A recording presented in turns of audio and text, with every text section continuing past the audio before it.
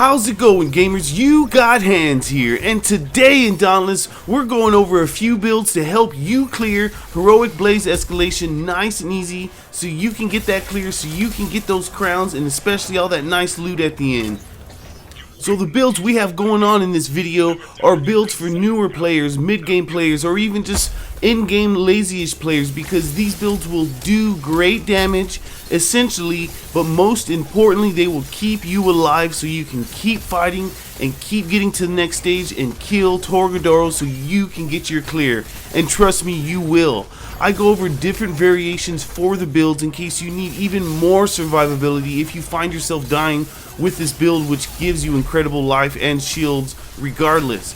I go over a build that does even more damage, a build that doesn't have catalysts for you non-catalyst like users or people who just can't afford catalysts because it just gets a little pricey buying all them tonics. But hey, if you like this video and you want to see more, please don't hesitate to hit that subscribe button and click on that bell for notifications so we can stay together as a crew.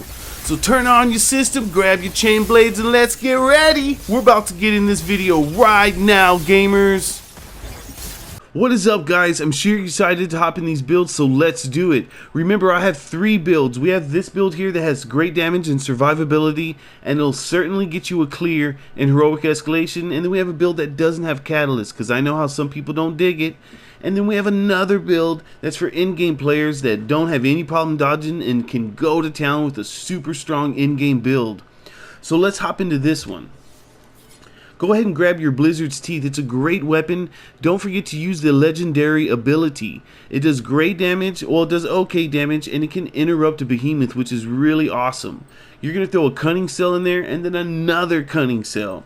The special is Reaper's Dance because it's awesome, and the mod Momentum Blades. It gives you a lot of opportunity to dodge through attacks because after your special use, the next one in 4 seconds is free.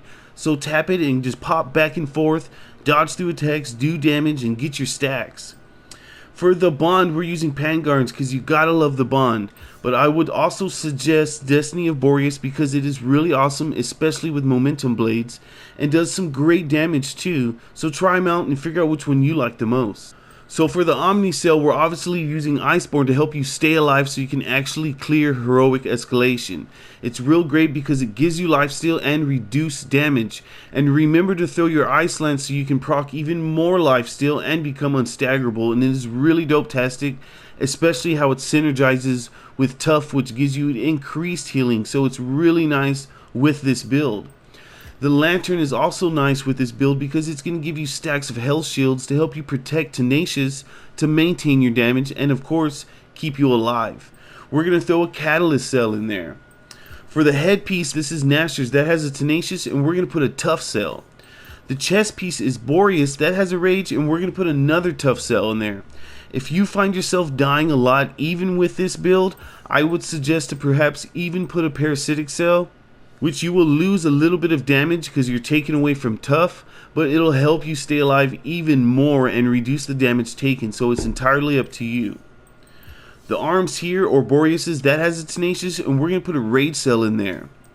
These are Scrave's boots, and that has an Adrenaline, and we're going to put a Catalyst cell in there. So for the tonics, definitely rock Blitz, Frenzy, and Aether Drive tonic.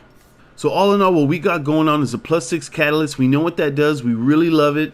Just remember to be able to afford your tonics because it gets a little costly, but it's very effective. And a +6 Cunning, which increases our critical strike chance and damage, y'all. And then Rage, of course, this is for players who don't dodge too much, this build. Rage will proc more damage for you when you get hit every 15 seconds. So ideally, this is for people with Iceborne builds that have a hard time dodging attacks. This will help you do a little bit more damage.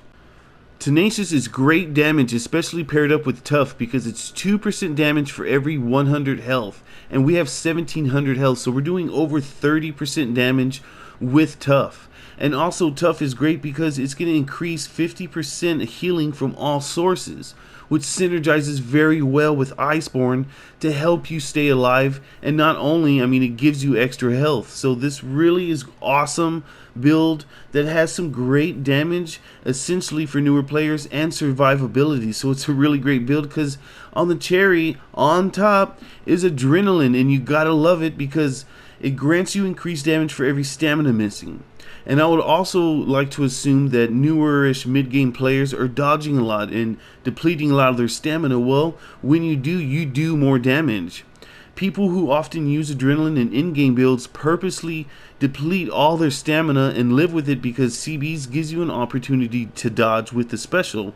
So use adrenaline how you see fit, but try to deplete your stamina for even more damage. So, and as you can see, and I'll say it again, damage, like damage and attack speed. It's a solid, good, well-rounded build, and I really hope it gets you a clear in heroic escalation, and I can honestly say it will, because I tested it several runs and I cleared it easy. So this next build is for people that don't want to use Catalyst or can't use Catalyst or just don't like to use it. So let's hop into this bad boy real quick. Same weapons, same spiel, but you're going to throw a tough cell in there and an evasive fury cell. Same thing with all of this, it's all up to you, but that's what I like to use. We'll be using Iceborne as well because it's a survivability build that has damage and is effective to help you get it clear in heroic escalation. That's why we're also using Skarn's Lantern, so pop that bad boy on and throw a Zeal. Zeal will help you upkeep Skarn's Lantern for even more protection and shields, and to protect Tenacious as well. The headpiece is Shrouds as a Cunning, and we're going to put a Tenacious cell in there. Chest piece is Boreas's, that has a Rage, and you're going to throw a Tough cell. The arms are Koshai's, that has an Evasive Fury, and you're going to put a Rage cell in that bad boy. And this is Boreas's legs, Tenacious, and throw a Cunning. And then for the tonics, even if you don't want to use Catalyst, I honestly say you should use tonics because they're helpful. It's nice. If you can afford them, throw those bad boys in there. So for this build, we have a +6 Cunning, Evasive Fury, which increases your attack speed really nicely when you dodge through attack. And even if you can't dodge, and that's what this build is kind of built around, you will definitely get a dodge through an attack with your special. I mean, it's just too easy not to do. Rage, that's another 20% damage when you get hit, which most likely you will. And then we talked about Tenacious and Tough, that's an over 30% damage with these two paired up.